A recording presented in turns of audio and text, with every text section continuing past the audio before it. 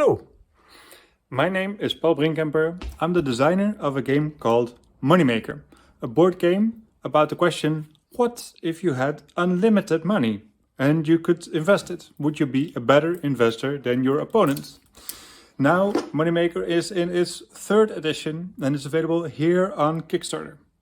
It's about a story that goes something like this. Once upon a time, there was a goldsmith of sound reputation who had a secure vault to store his gold.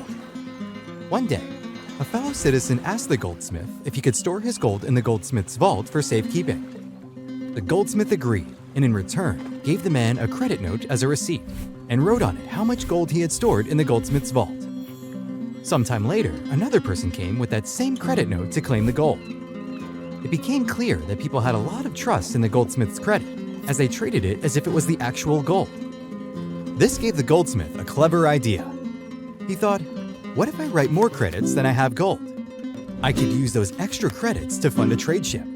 The trade ship will yield products that I can sell on the market, so I will have money to back my credit, plus a little extra profit for myself.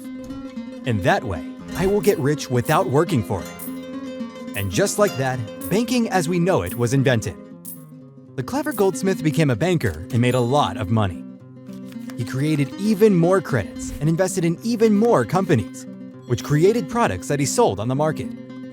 When this extra credit came into circulation, prices of goods and services slowly went up.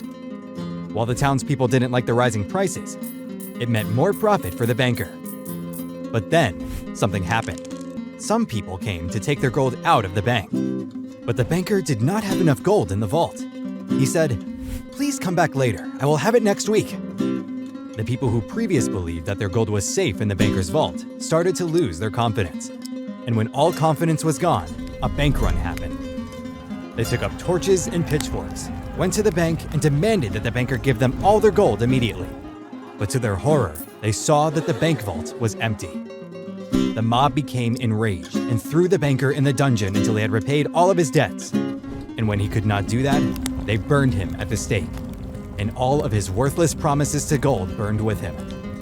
The townsfolk had learned their lesson. Everything was back in order in the city that had known so much turmoil. And they lived happily ever after. Until one day, years later, a clever goldsmith noticed that the people who stored their gold in his vault often left it in there for a long time. And he started a bank.